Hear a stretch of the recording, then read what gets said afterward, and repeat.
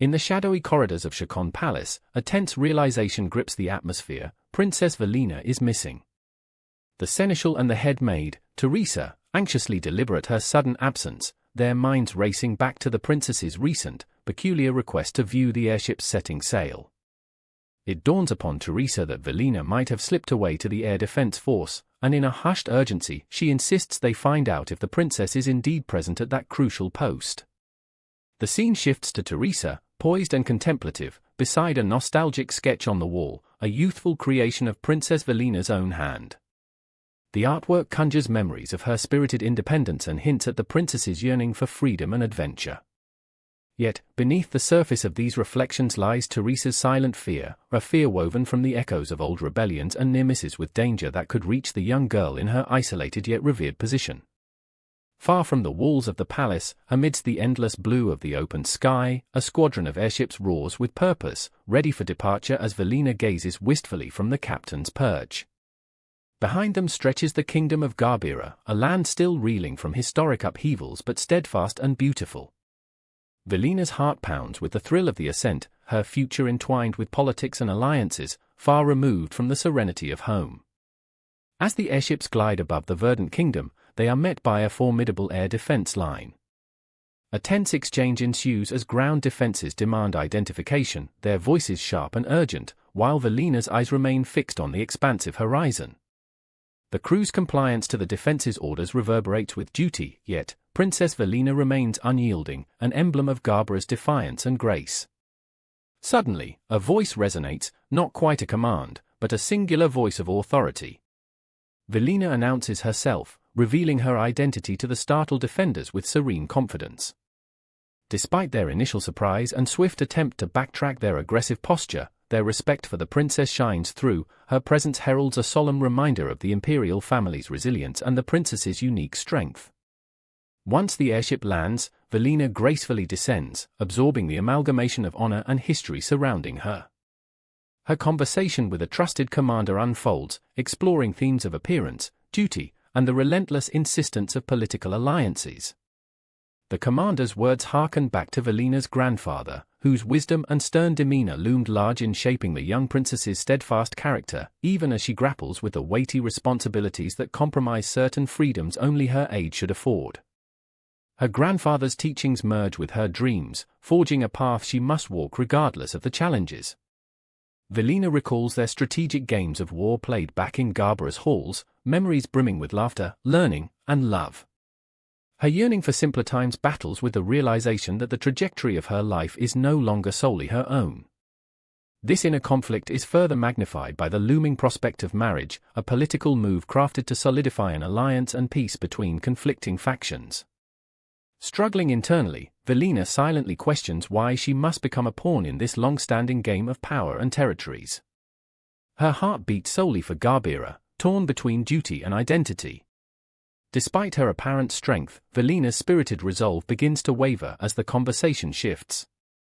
Her grandfather's lessons were not just theoretical, she bears their tangible weight in her longing to see her beloved homeland thrive. Yet, the echoes of her grandfather's resolute decisions reverberate, reminding Velina of her unyielding loyalty to family and country. On the once distant battlefield, meanwhile, another scene unfolds. Amidst an arena teeming with spectators, the intense thrum of a fierce gladiator match reaches its pinnacle. Orba, a masked swordsman embodying raw strength and unmatched agility, fiercely engages his opponent, Vern, to the roaring applause of the crowd. Blood and sweat intermingle with the dusty air as the fight escalates into an electrifying spectacle. Orba's every move is calculated, each blow precise. "Look at him!" He took out Vern with one hit, echoes through the stands, heralding him as the epitome of martial prowess. The steel blue of his mask remains unwaveringly fixed upon Vern, a testament to Orba's indomitable resolve. As Vern falters, Orba stands triumphant, the cheers of the spectators ringing in his ears. Yet, beneath the mask, Orba is not merely a gladiator, but a man driven by a past riddled with pain, his heart heavy with the echoes of lost dreams and enduring bitterness. But the sense of victory is fleeting as Orba's mind remains tangled with shadows.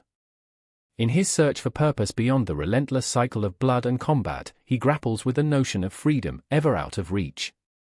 The path ahead is shrouded in uncertainties, even as the crowd hails him as their champion. As the curtain falls, Orba retreats into the enveloping darkness, murmuring to himself about the passing of time and the elusive promise of liberation. With 2 years robbed by fate's cruel hand, Orba's memories fuse into the relentless rhythm of his heart, forging onward through despair toward fleeting hope. In this sweeping tale of iron and blood, the destinies of princesses and gladiators weave a tapestry of renewed challenges. The future remains uncertain, brimming with possibilities and perils alike, their paths converging amidst the shifting sands of power, identity, and relentless quest for freedom. Orba, a young man with skin like polished agony, is approached by Tarkas, who notes how Orba's reserved nature fits the mysterious aura surrounding him. Orba has been branded as one affiliated with the dragon god's worship, a nomadic group feared for their barbaric legends. Yet, for the first time in captivity, Orba dares to ask Tarkas a question: "Do you know her name?" Tarkas responds with a smirk, acknowledging Orba's unexpected inquiry while cautioning him to maintain his focus. Orba doesn't reveal more, but knowing the weight of Tarkas's words, he grips tightly onto his chains. Later, during a meal, Orba's stomach grumbles in response to the aroma wafting from a warm bowl of soup placed before him. He struggles to focus on anything besides the gnawing hunger within him. Surrounded by other fighters being trained for gladiatorial combat, Orba eats sparingly, a testament to his lack of trust in the food provided. The bread and soup mark Orba's unsteady foray into the world of forced combat, as he quells his hunger while assessing his new companions. Tarkas soon dismisses them, reminding them of the rigorous training and the need for survival. "Survive and you eat. Fail, and you'll wish you had," he asserts with a menacing undertone. Orba listens silently, absorbing Tarkas's words, not out of fear but strategy, understanding that to survive, he must assimilate and adapt. Among his fellow trainees, Orba notices a man named Shikyu, whose demeanor offers a fleeting semblance of camaraderie. As the training begins, Orba is paired against Gilliam, a hulking man with unwavering strength. Despite not having the size or raw power to match Gilliam, Orba's lithe form is agile, relying on quick movements and strategic thinking. "You'll be flattened," Gilliam warns, his voice as overbearing as his presence. Yet, Orba neither yields nor strikes blindly, showing an intelligence that piques Gilliam's interest. Orba's unyielding resilience during training catches the attention of some of his captors, who remark on his adeptness. Tarkas, amidst overseeing the various trainees, recognizes something in Orba, the potential to not just survive, but to excel. For Tarkas, Orba's ability to maintain composure under pressure is an enticing trait, one that bodes well for the gladiatorial games. As night falls, Orba lies awake, consumed by the night air, which is a blend of uncertainty and the faint nostalgia of past memories. He reflects on a simpler time at home with his family, his mother's stern gaze, and his father's tough love. Despite having left that world behind, the weight of those memories persists, as daunting as the chains that bind him now. Suddenly, Orba's thoughts are interrupted by an unexpected skirmish. As he sneaks around the encampment, Orba witnesses a young girl, Alice, being harassed by soldiers. Driven by a mix of instinct and unresolved defiance against injustice, Orba intervenes, managing to fend off the attackers with agility that belies his restrained form. "Let her go!" Orba exclaims, his voice cutting through the chilling night. Though outnumbered, Orba's raw tenacity prevails, ensuring Alice's safety. Gratitude fills her eyes as she acknowledges Orba's intervention, a momentarily shared victory amidst the chaos. Yet, in the refreshing quiet that follows, Orba's success brings only temporary solace. The reality of his captivity and the looming promise of gladiatorial combat remain unchanged. Back in his quarters, Orba contemplates his next move, a silent resolve forming within him.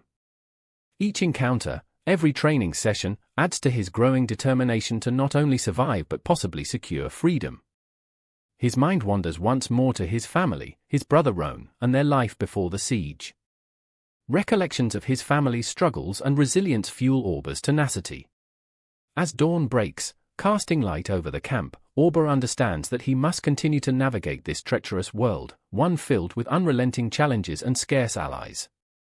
Tarkas, keeping a close watch, assesses the recruits, calculating who might endure and who might fall. Orba, aware of being under scrutiny, remains focused, his mindset unwaveringly set on transcending the fetters of his current predicament. In the camp, tensions simmer as the dynamic among the fighters evolves. Rivalries brew, camaraderie is forced, and for each captive, the promise of freedom is a tantalizing but distant dream. For Orba, this dream is shrouded in the uncertainty of survival, ever balanced on a precarious edge between hope and hopelessness. In the tense, dust-choked air of the arena, Orba is thrust into the harsh world of gladiatorial combat. His identity, stripped and stolen, leaves him with nothing but the haunting glare of his new captors and a searing determination to survive. With grim resolve, his mind echoes with a dogged mantra to seize freedom from those who had ensnared him. Orba's new reality is painted with blood and sweat. He battles not just opponents in the flesh but the invisible demons of his past. His captors, particularly Goin, observe him with a mix of disdain and expectation. They pressure him to evolve from a mere captured prey to a weapon bound for bloodsport. "I'm going to live and get out of here, by all means. I'm going to find the ones who made such a mockery of me and make them suffer the same thing." Orba's resolute vow reverberates within his chest as he navigates the brutalities of his new existence. But despite the imposing strength that Orba holds, he still finds himself grappling with overwhelming frustrations, shackles that drag him deeper into despair, a cycle of sleepless nights taunting his sanity. In the oppressive confines of the cell, he wrestles with his madness. "I'm going mad," he mutters repeatedly, fighting a losing battle to keep his fragile psyche intact. This internal struggle is as fierce as any sword fight, pushing him to the brink. Yet, through this darkness, a fiery will to change course rises within him, ignited by the deep-seated need to reclaim his lost life. With each fight, Orba moves closer to mastering both his blade and his mind. He recalls the words of wisdom, albeit with growing skepticism, "How much further must they make me fall?" In the blinding glare of the arena, Orba finds a semblance of control. The crowd's roar becomes a distant thunder as he focuses solely on the opponent before him. One after another, combatants fall to his blade, until a familiar, almost forgotten sense of resolve takes root. He will not be defeated, not until he enacts his vengeance. Still, the shadows of palace intrigue cast long over his journey. While Orba toils in grim anonymity, the regal halls of kings and knights buzz with political machinations. Simon Rodloom, an influential figure entwined with royalty, navigates these treacherous waters, clashing with allies and adversaries alike. His relationship with Princess Velina, amidst whispers of arranged marriages and military alliances, keeps the landscape turbulent. Simon bears the weight of unease about Mephius's future. His father's verbal venom pierces him, rare acknowledgments of his unique insights and judgment juxtaposed by harsh criticisms. Yet, rather than crumbling, Simon channels these moments into motivation, cultivating strategies to avert impending disasters. Amidst this political storm, a quiet but formidable connection is forged. Princess Velina stands as a symbol of both potential conflict and peace, her presence a turning point for Mephius and Garbira in the dangerous dance they perform. Back on the front line where Orba fights, these grand games of power remain unknown to him. His focus narrows to the singular purpose, escape and reclaiming dignity. Each swing of his sword, each chance to train, and each plan whispered among fellow captives mark steps toward his coveted freedom. As Orba prepares for another fight in the arena, the brutal beat of survival aligns with the royal drum of negotiation and strategy. Both worlds, though seemingly disparate, are on a collision course, promising a crescendo that could reshape the very fabric of their existence. Gil Mephius stands at the heart of chaos, caught between his rightful role as an imperial prince and the pandemonium swirling around him. Attending a lively, rowdy celebration, he reflects on the customs that magnify his duties. Amidst the clamor of the crowd, Gil's thoughts drift to his father's command, which bestows on him a traditional yet controversial right, the right to the first night with a bride within his domain. As the festivities unfold, Roan Jace, a seasoned imperial officer, watches over the event with a disciplined eye. He's tasked with ensuring that Gil's presence honors his father's orders. A parade of emotions moves through Gil, torn between rebellion and duty. His expressed disapproval ignites the officer's ire. Fedem Allin intervenes, urging Gil to reconsider with a confrontational stance against the prince's apparent disdain.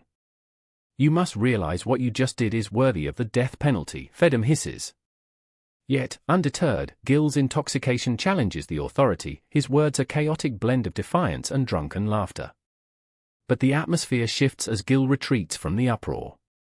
His departure through the bustling city streets is unsteady, an uncertain prince navigating the dark, narrow paths, while uneasy whispers and the hard stares of townspeople converge upon him.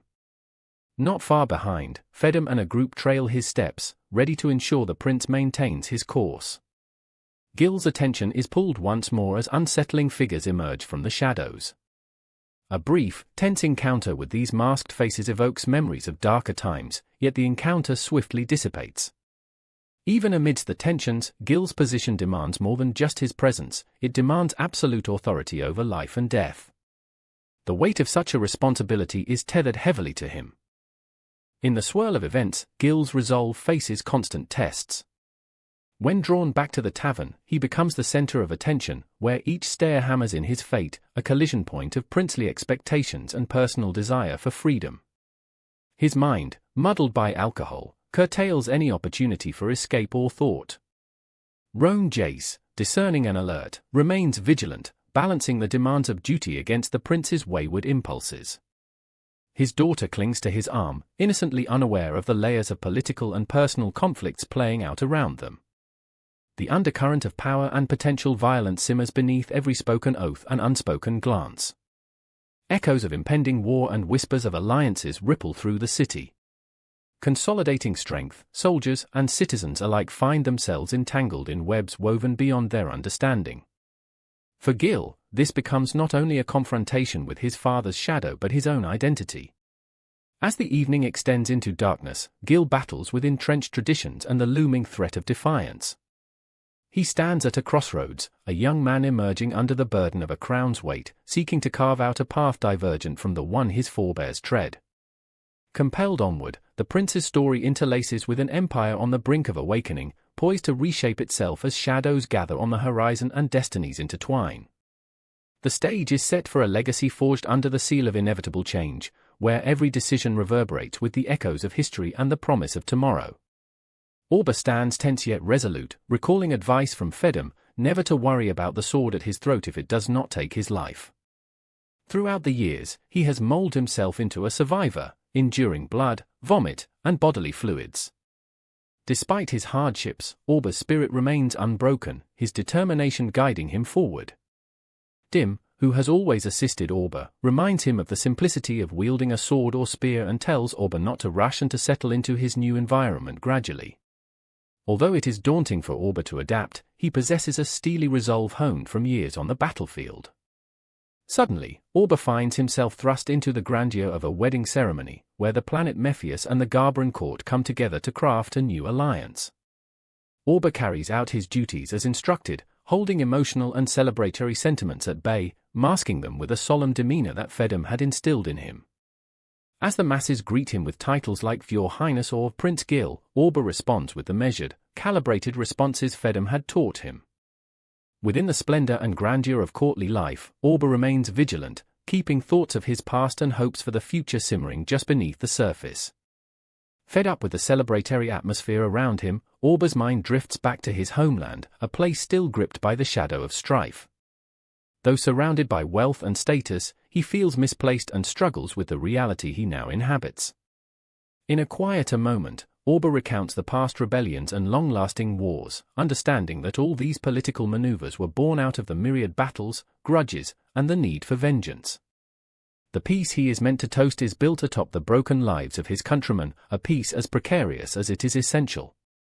His thoughts are interrupted by the arrival of Velina, the third princess of Garbira, who, with understated grace, presents herself to him. Observing her poise and determination, Orba finds himself strangely moved and aware of the gravity carried in their coming alliance. He tries to size her up, to grasp the essence of this woman who is pivotal to the fate of their kingdoms. Though there is terror in being within what was once enemy territory, Velina masks her feelings under a composed exterior. Teresa, accompanying her, reads the tension written on Velina's face but chooses not to reveal her observations, knowing her priorities lie elsewhere. As Prince Gil and Princess Velina meet face to face for the first time, a delicate balance hangs in the air, a unity meant to seal peace. Neither reveals their true selves, both maintaining a facade as decorum demands. The two stand together, bound by their roles within this political chess game but separated by layers of deception and unspoken truths. Orba remains vigilant, aware that he must keep his mask in place, yet the weight of his hidden identity is a constant burden. His eyes, practiced in the art of reading the battlefield, take in every arrangement, every person, seeking threats even amidst supposed allies. Amidst the ceremonial events and festivities, Orba's mind occasionally wanders to memories of his homeland and those left behind.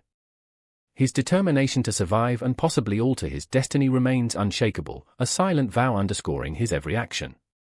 The pageantry, undercut with tension, draws to a close, yet Orba's resolve grows. He knows his future is intertwined with Velina's, with her presence fueling a deeper, more personal motivation to shape what lies ahead. As the echoes of the marriage ceremony fade, Orba clutches this new reality tightly.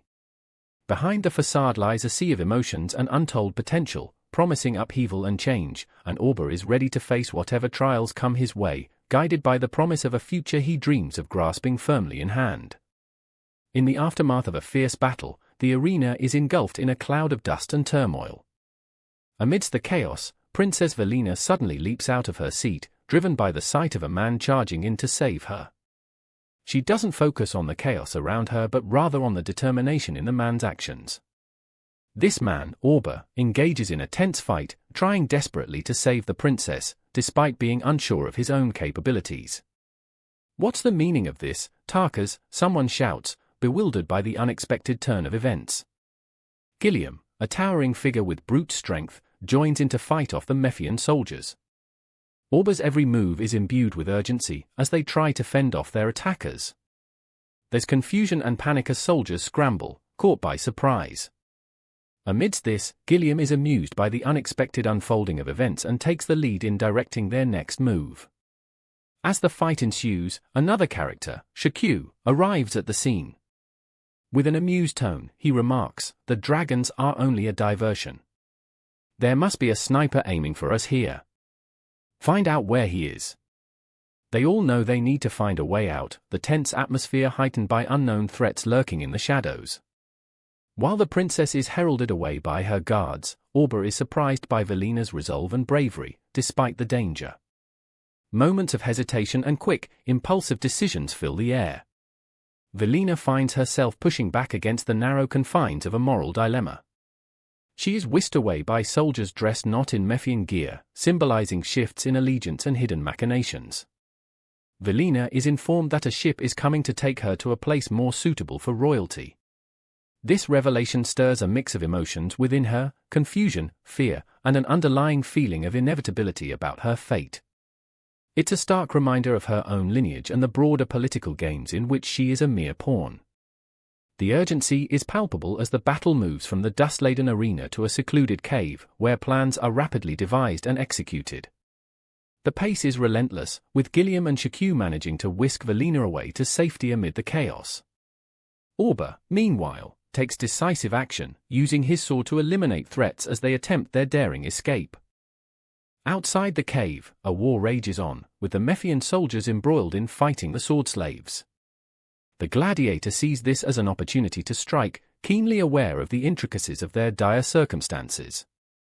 For Orba, everything converges in a singular moment, a trembling awareness of their precarious hold on survival as his blade dances with deadly intent. In the midst of these chaotic events, the alliance between Mephius and Garbira is strained, teetering on the brink of collapse. With her keen perception, Velina recognizes the players behind the struggle. As they find refuge within the cave, the atmosphere is a mix of relief and tension. There are remnants of fear in Velina's gaze, but also a steely determination. She interrogates Orba about the intended actions of Garbira's troops and their connection to Ryukan, a mastermind behind the scenes whose motives remain shrouded in mystery. Velina learns of a planned rebellion staged within Mephius, an orchestration so shrewdly hidden behind the facade of the Grand Marriage Alliance. Even behind enemy lines, Velina doesn't waver, fully aware of the stakes. Her composure only falters when discussing Rakuin, the commander with aspirations for a kingdom of his own. Eventually, the overheard fragments of conversation uncover more threats looming in the shadows, well hidden beyond the veil of loyalty and deception. Velina's past torments her, a harrowing memory of capture during a once joyous childhood visit, and a dramatic rescue orchestrated by Rakuin. The memory is vivid and haunting, echoing loudly in the silent recesses of her mind. In the small gathering within the cave, loyalty and trust are both tested and forged anew. The tension is palpable as tides of doubt ripple through their makeshift alliance, yet there is a burgeoning camaraderie. A moment of shared understanding and mutual reliance emerges, even amid the danger and secrecy confining them. As the burdens of few-beheld truths weigh on her, Velina faces Orba. "Your people are ho." The words are pregnant with unspoken questions and expectations. There's a depth to Orba's response, an unwavering resolve embedded in his simple acknowledgement.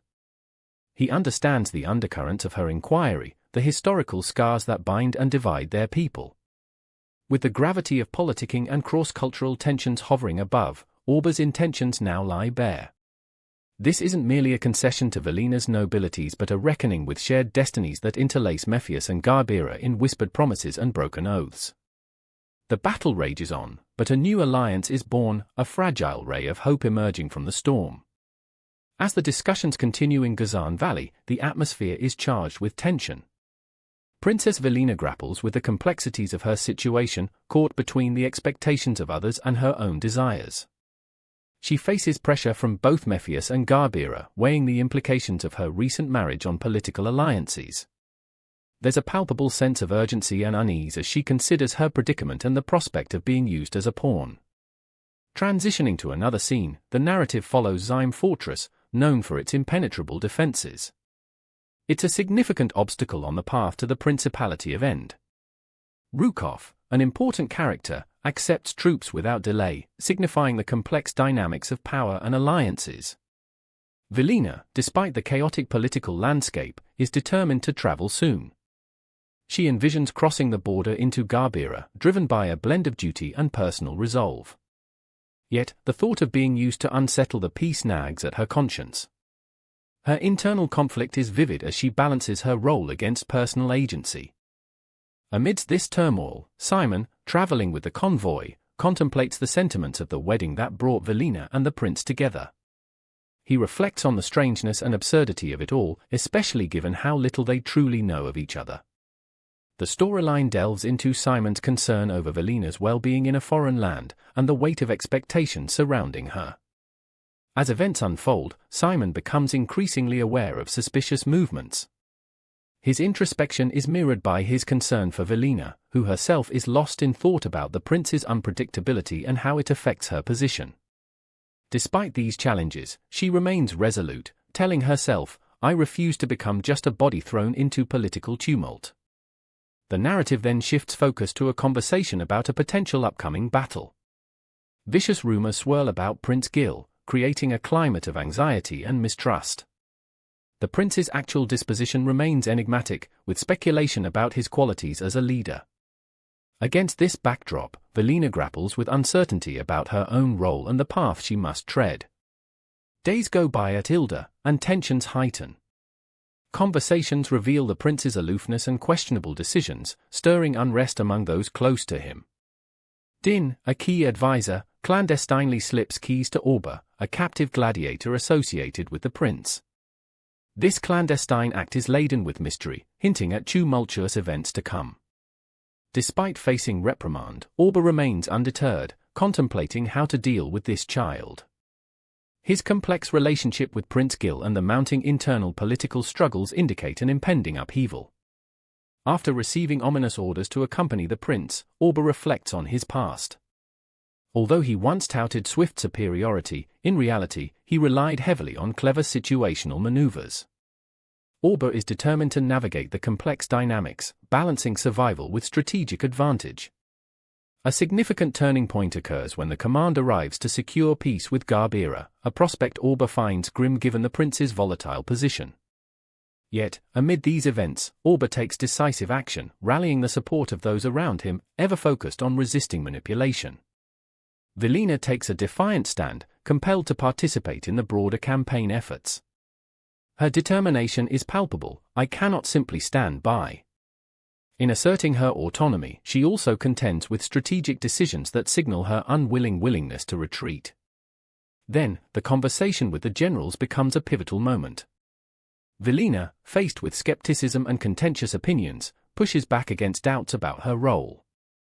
Her clarity and resolve shine through as she faces criticism and adverse opinions from others.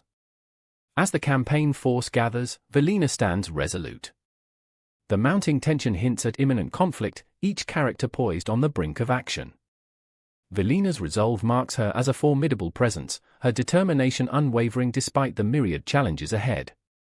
In closing, the narrative returns to Orba. Stationed back at the fortress, he reflects on his maneuvers and the precariousness of his position.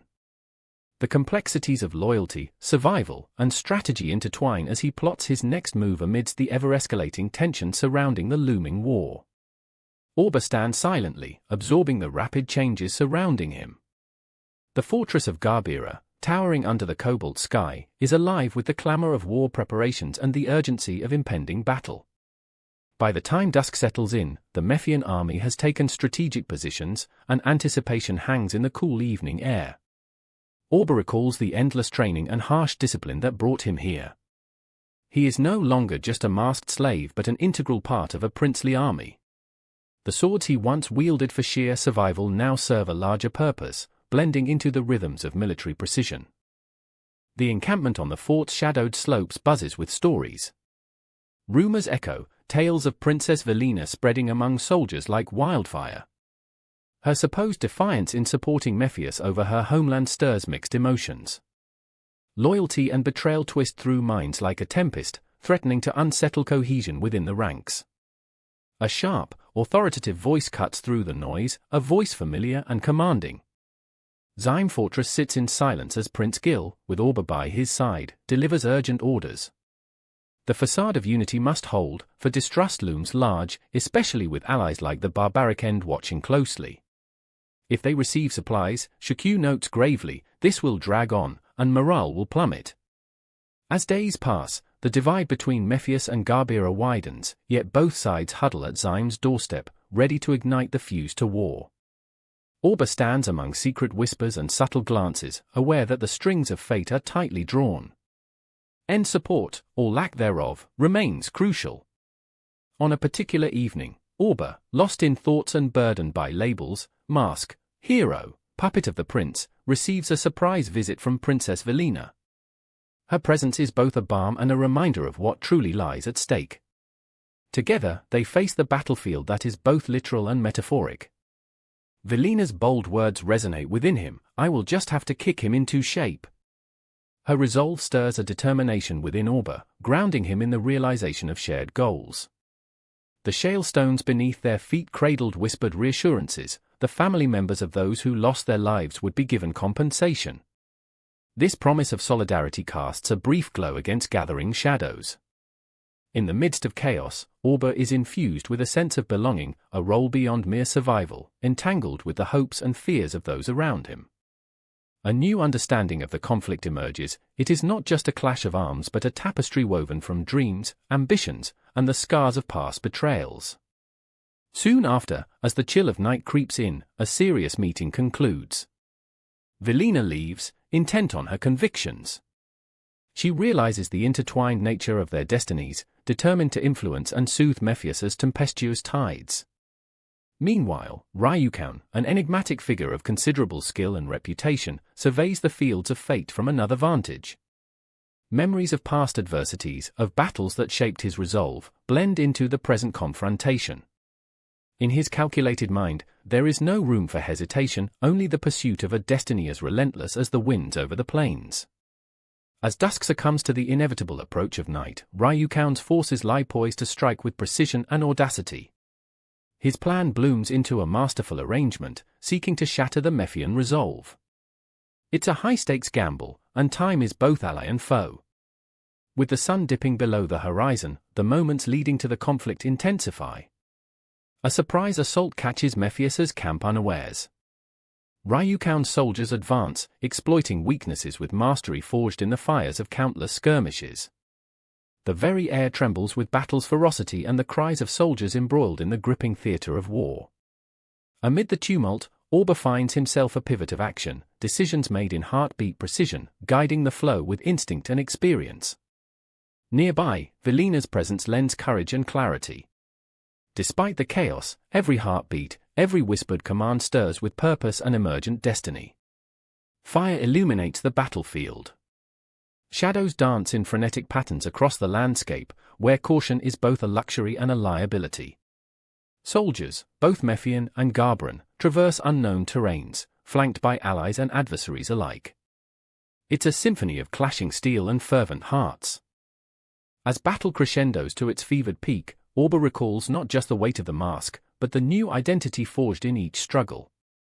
He is ready to stand at the precipice of victory and defeat, embodying the desperate hopes of those whose lives are intertwined with his own.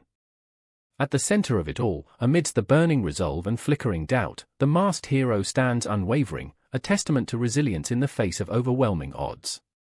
His story unfolds in the crucible of conflict, where destinies are realized and legends forged. A distant scream slices through the air, echoing over the hills and weaving through the trees. It reaches the ears of Rushan, the voice belonging unmistakably to the enemy. The woods thrum with energy as the battle unfolds with a rapid sequence of events. In an instant, arrows flood the scene, flashing with the fierce resolve of Ryukoun's men, clashing with gleaming soldiers who emerge brandishing swords. These soldiers, although understaffed and overshadowed by Ryukoun's forces, battle with the silent audacity of their defiance. Their rebellion rings loudly, resonating across the land. Orba, disguised as the crown Prince Gil Mephius, along with his companions, is part of this ensemble. They play a crucial but paradoxically unheralded role as the resistance fiercely defends the Zyme fortress from the relentless advance. With an internal cry of move, the gladiators turn soldiers leap from shadows into blinding sunlight, weapons clashing boldly against the overpowering might threatening to consume them. Over the course of this musical chaos fought on tenacious grounds, the strumming of swords and 1,000 beating hearts narrate a tale of valor. A promise hangs in the blistering air. Those who seize victory would taste freedom, gold, and glory, riches only dreamt about in damp dungeons under an unforgiving sky. Yet, reality bites back with icy ferocity, a reminder that not all dreams translate into destiny. Caught in a cyclone of swords and fringed scarves, Ryukoun stands with stalwart eyes flicking across the chaotic fray. His blade, an extension of his unyielding will, expects every lip, hand, and sword that it marks. Still, the quietude shivers and shatters as cannons unleash earth-scattering roars, echoing through the craggy fortresses locked in timeless silence. In earshot of the beckoning call of war, Vinea and the prince become silhouettes against the lively backdrop. They hold inside a volatile storm of emotions, their twisted scenario unfolding with both anxiety and an acute display of duty. Fight! You ask this of me, again. The strain in Vinea's voice is evident against the symphony of chaos which is muted to the surroundings, her royal demeanor strained but not shattered. The battle plunges forward into a tide of desperation and shattered dreams. Amidst this turmoil, the prince surprises even himself with the sturdy calmness of his commanding cries, forging a bold frontier on the graves of ghosts that once haunted his timid past. Here, in a place paradoxically blooded and sacred, Ryukoun's tenacity meets unyielding strength and calculated bravery. Simultaneously, as Ryukoun leads his men's charge relentlessly, the prince adopts a stance of unheralded power and influential charisma, navigating the fierce dance of blades and arrows. Each command he issues resonates with ferocity, etching into the air a tale of Merzba, a story none could have envisioned him telling.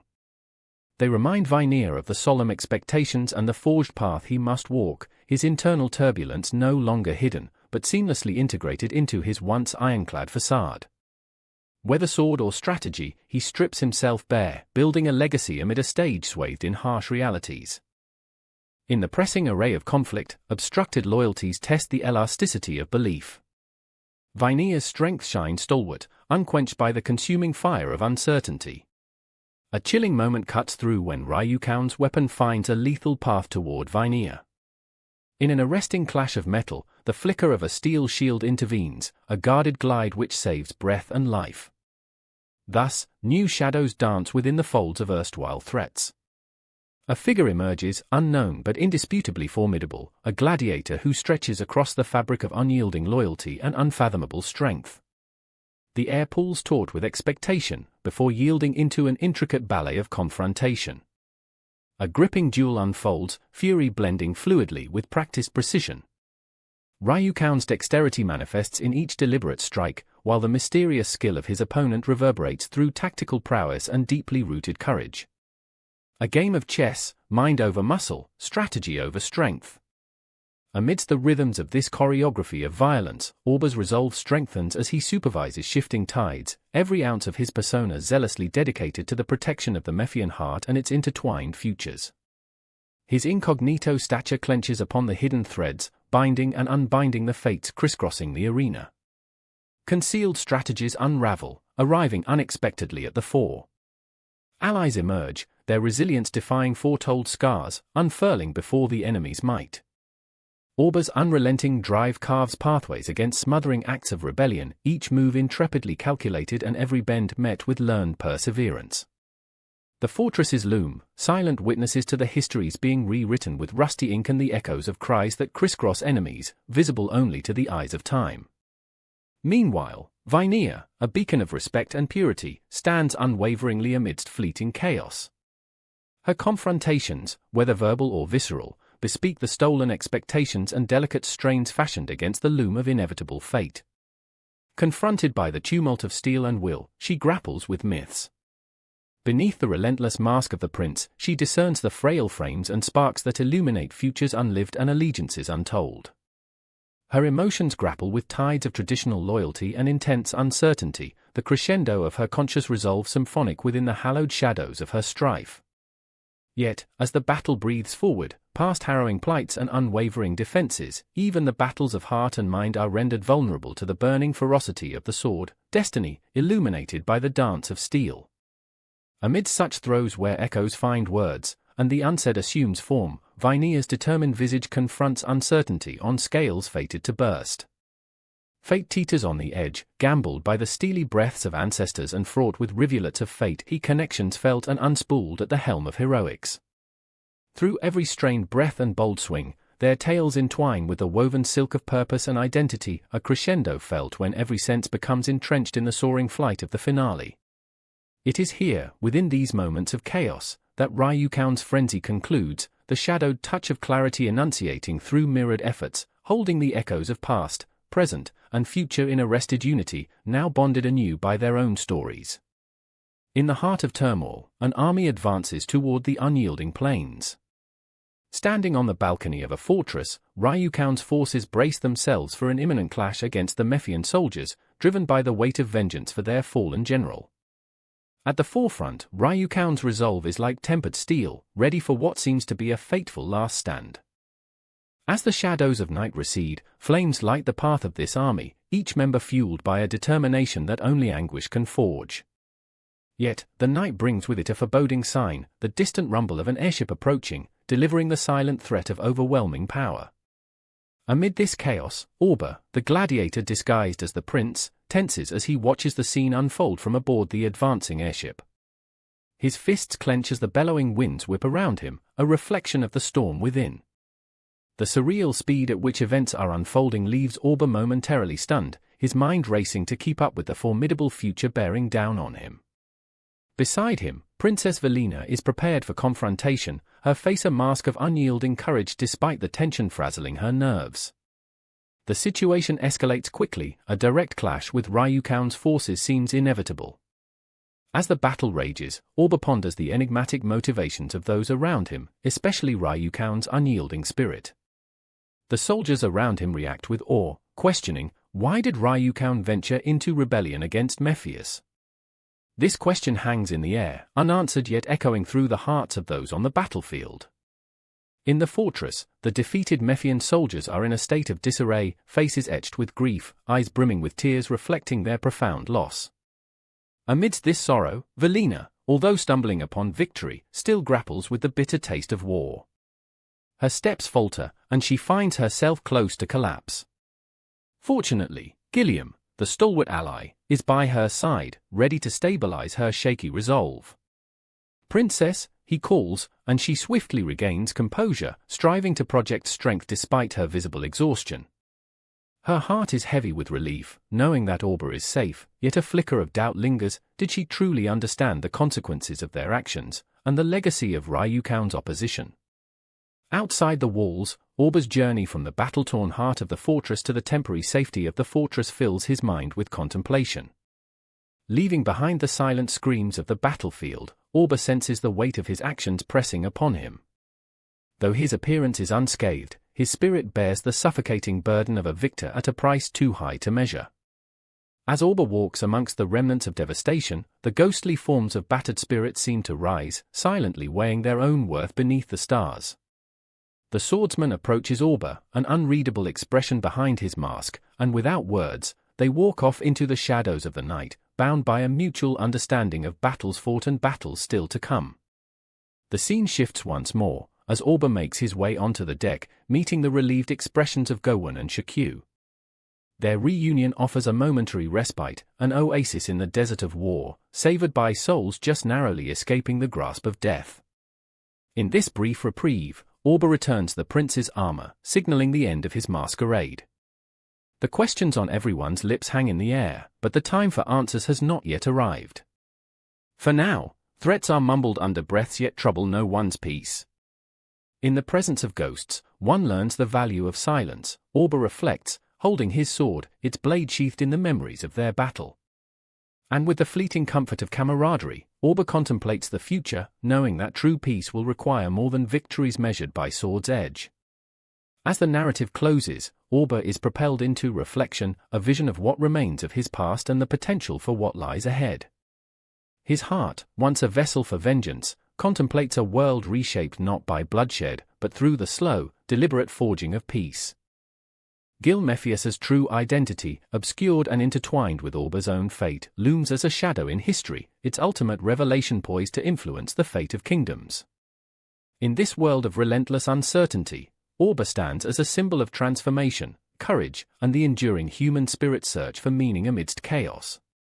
The tale of Orba, the gladiator forged into resilience, leaves in its wake questions unanswered, shadows unresolved, and a path yet to be defined in the forging fire of an uncertain dawn.